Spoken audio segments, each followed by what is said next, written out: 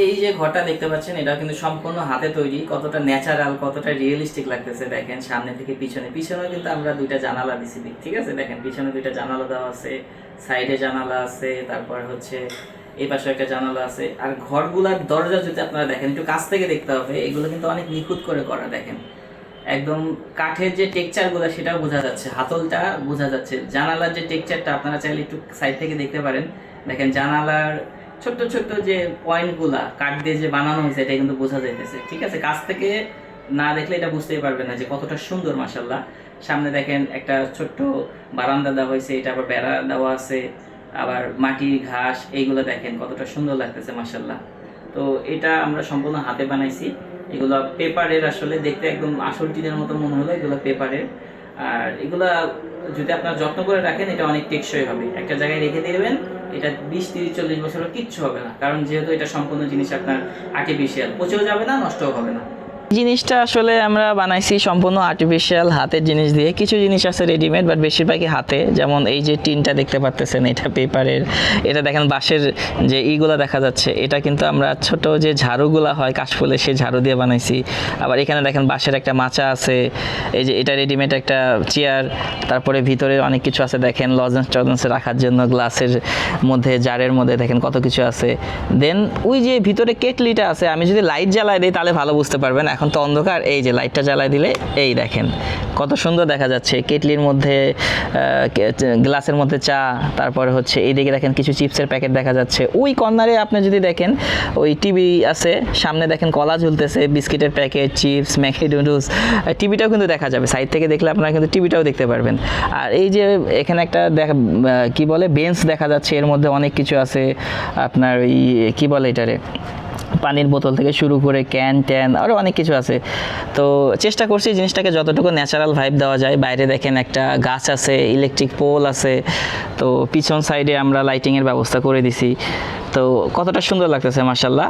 আর এটা সম্পূর্ণ হাতে তৈরি, অনেক সময় দিয়ে আসলে বানাইতে হয়, এই জন্য এগুলার ভ্যালুটাও অনেক বেশি, মানুষও খুব বেশি পছন্দ করে, এটা অনেক বেশি রিয়েলিস্টিক হয়ে থাকে এই জন্য। মেইনলি প্রথমে যখন আমি শুরু করি তখন একাই ছিলাম, একাই পেন্টিং করতাম, জিনিস বানানোর চেষ্টা করতাম। পরে মনে হলো একা তো আসলে কোনো কিছু করা সম্ভব না। ওই যে বলেন একের লাঠি 10-এর বোঝা, নাকি 10-এর লাঠি 1-এর বোঝা। সো এইটা আর কি। তো ফার্স্টের দিকে আমার কাছে একটু হিমশিম লাগতো, যখন বেশি অর্ডার আসতো আমি একা করতে পারতাম না। তারপরে মনে হলো যে একটু টিম মেম্বার অ্যাড করলে ভালো হয়। তো তারপরে আমি একটু ফেসবুকে পোস্ট দিই যে এই কাজগুলো কারা পারে আমার সাথে কন্ট্যাক্ট করেন।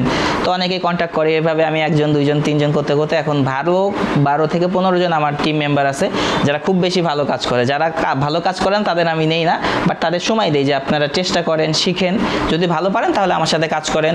আমি যে জিনিসগুলো বানাই এই জিনিসগুলো যদি ভালোভাবে বানাইতে পারেন তাহলে আমরা কাস্টমারকে ভালো জিনিস দিতে পারবো। এখন যদি আপনি কার্টুনের মতো বানান বা ভালো করে না বানাইতে পারেন তাহলে আমি এই জিনিসগুলো কাস্টমারকে দিলে বলবে এটা কেমন হয়েছে, ভালো হয় নাই, পছন্দ করবে না, আমার ব্যবসা লস, ঠিক আছে।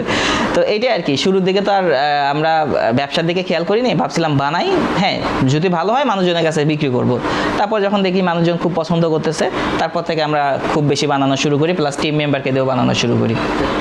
তো আলহামদুলিল্লাহ যখন আমি টিম মেম্বারকে স্যালারি অবশ্য দিই না, আমি কাজের যে যেমন কাজ করে তাকে সেরকম স্যালারি দেয়, যে বেশি কাজ করছে তাকে বেশি স্যালারি, যে কম কাজ করছে তাকে কম দেয়। তারপরেও মান্থলি আমি যদি হিসাব করি আমার একজন টিম মেম্বার মাসে 30,000 টাকার কাছাকাছি আমার দিতে হয়। তো মিনিমাম আমি তাও 5-7 জনকে এরকম 30,000 টাকা করে দিই মাসে। তো ফার্স্টে যখন আমি পেইন্টিংগুলো করতাম, মানুষের পোর্ট্রেটও কিন্তু আমি আঁকাইতে পারি, ক্যালিগ্রাফি করতে পারি। তো আপনারে দেখে আমি হুবহু আঁকাই দিতে পারবো, ঠিক আছে। তো আগে এটাই করতাম, সেম টু সেম পেইন্টিং করতাম। একটা সময় আমার পেইন্টিংও ভাইরাল হয়েছিল, ওই রক্ত দিয়ে ছবি আঁকাইছিলাম, মানুষের রক্ত দিয়ে। বয়ফ্রেন্ড তার গার্লফ্রেন্ডের জন্য ছবি রক্ত দিছে, আমাকে পাঠিয়ে দিছে, আমরা ওই রক্ত দিয়ে ছবি আঁকাই দিছি, একদম সেম টু সেম। এটা খুব ভাইরাল হয়েছিল তখন। তো 3 মিলিয়ন ভিউজ হয়েছিল প্লাস ওই সময় শুরুর দিকে। তখন মনে হলো যেহেতু পেইন্টিং করতেছি, আবার অনেকে বলতেছে পেইন্টিং করা ঠিক না, ইসলামিক দৃষ্টিতে এটা ভালো না। তো তারপরে ওইটা আমি বাদ দিয়ে দিই, পেইন্টিং একদমই বাদ দিই। তখন আমি যে নেচার পেইন্টিং শুরু করি, গ্রামের ছবি বিভিন্ন, তারপর হচ্ছে আপনার অনেক ধরনের ছবি থাকে, কার্টুনটাও আঁকানো ঠিক না, তারপরেও আমি গ্রামের ছবিটাই বেশি আঁকাইছি। ক্যালিগ্রাফি করছি, ইসলামিক ক্যালিগ্রাফি যেগুলো হয় সেই ক্যালিগ্রাফিগুলো মোটামুটি আমার করা হয়েছে।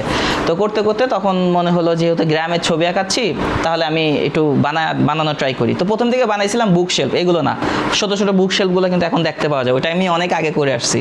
তো বুক শেলফ বানাইছি, তারপরে হচ্ছে ওই যে ক্যালিগ্রাফির কথা বললাম, ক্যানভাসে পেইন্টিং করছি, এইসব অনেক কিছু করা হয়েছে।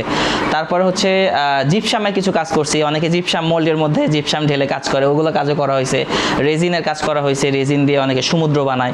তো ওইটা করতে করতে হঠাৎ করে মানে একবারে আসলে করা হয় নাই, আগে এই স্টেপগুলো গেছে, পেইন্টিং গেছে, জিপসামের কাজ গেছে, ক্যালিগ্রাফি, বুকশেলফ, দেন আমরা এই মিনিয়েচার বানানো বলে, এগুলোকে কিন্তু মিনিয়েচার বলে, মানে বড় ভার্সনকে ছোট করে মিনি সাইজে বানানোকেই মিনিয়েচার বলে। তো তারপরে আমি এই মিনিয়েচার বানানোগুলো শুরু করি। মানে আমার জার্নি শুরু হয়েছিল ফেব্রুয়ারি না 2022 সালের শেষের দিকে। তারপরে এটা আস্তে আস্তে 3-4 মাস যাওয়ার পরে মানে ফেব্রুয়ারি থেকে আমি মোটামুটি পেইন্টিংয়ের একটা রেসপন্স পাই।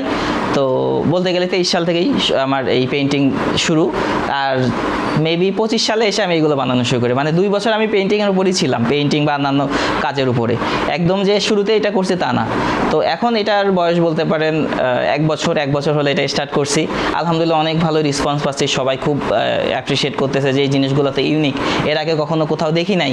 তো এটা কিভাবে করেন না করেন অনেকে অনেক কিছু জিজ্ঞাসা করে, বাট এগুলা যখন প্রাইস বলি অনেকে বলে যে ভাই এত দাম কেন, আমি তো বুঝাইতে পারবো না যে এটার পিছনে কতটা এফোর্ট দিতে হয়, কতটা সময় দিতে হয়।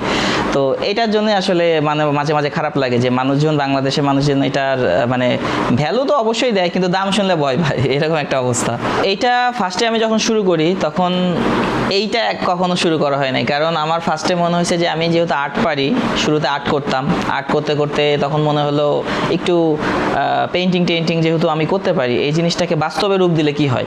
যেহেতু আমি পেইন্টিং করতেছি, তো একটা ঘর আঁকাচ্ছি, রাস্তা আঁকাচ্ছি, গাছপালা দিচ্ছি, তো এগুলো দেওয়ার পরে মনে হলো যে এগুলো যদি হাতে আঁকায় ওয়ালে লাগায় রাখি তাহলে এটা অয়েল পেপারের মতো লাগতেছে, ধরতে পারতেছি না। তখন মনে হলো এটা যদি ধরা ছোঁয়ার মধ্যে আনি, যে জিনিসটা ঘর আমি বানাচ্ছি, বানানোর পরে সেটাকে ধরতে পারতেছি, সব অ্যাঙ্গেল থেকে দেখতে পারতেছি, এটা 3D টাইপের একটা ভিউ দেওয়ার জন্য মনে হলো একটা ট্রাই করি, দেখি কিভাবে করা যায়। পরে একটা বোর্ড নিলাম, বোর্ড নিয়ে কাটলাম, কেটে 4টা বক্স দিলাম, তার উপর টিনের চাল দিলাম। তো এইভাবে দিতে দিতে টিনের ঘরটা হয়ে গেল। তারপরে গাছপালা বানানো শুরু করলাম, ফোম টোম দিয়ে, তুলা দিয়ে।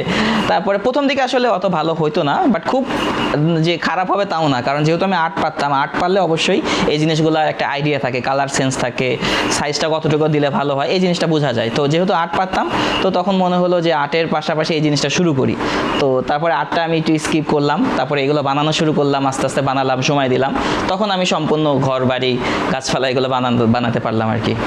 তো এই জিনিসগুলো যেহেতু খুবই সেন্সিটিভ, মোটামুটি আমরা কিন্তু আউটলেট দেই নাই, তো আমাদের অনলাইনে আসলে বিজনেস করতে হয়। তো অনলাইনে কীভাবে কী করতে হয়, আমি পোস্ট দিতাম, মানুষজনের ভালো লাগতো, মানুষজন ফেসবুকে অর্ডার দেয় অথবা হোয়াটসঅ্যাপে অর্ডার দেয়। আমরা এখন ফেসবুকে একটু কম মেসেজ দিই, কারণ প্রচুর পরিমাণে মেসেজ আসে, এত যে মেসেজ আসে আমি হিমশিম খাই, আমার কোনো মডারেটর নাই। তাহলে আমি কাজই করব নাকি এই মেসেজে রিপ্লাই দেবো? মেসেজে রিপ্লাই দিতে বসলে আমার ঘন্টার পর ঘন্টা শেষ হয়ে যায়। এর জন্য আমি মেসেজে রিপ্লাই দিই না, যারা ফোন দেয় বা হোয়াটসঅ্যাপে নক করে শুধু আমি তাদের এটাই প্রায়োরিটি দিই। কারণ ফেসবুকে অনেকে আছে, এখন বাচ্চা কাচ্চারাও মেসেজ দেয়, ভাই আমার এটা লাগবে, ভাই ওইটা লাগবে, অনেক সময় নষ্ট করে। তা এর থেকে আমি ফেসবুকে মেসেজ না দিয়ে যারা হোয়াটসঅ্যাপে বা কলে যোগাযোগ করে আমি তাদেরকে এই প্রোডাক্টগুলো অ্যাড্রেস দিলে পাঠিয়ে দিই।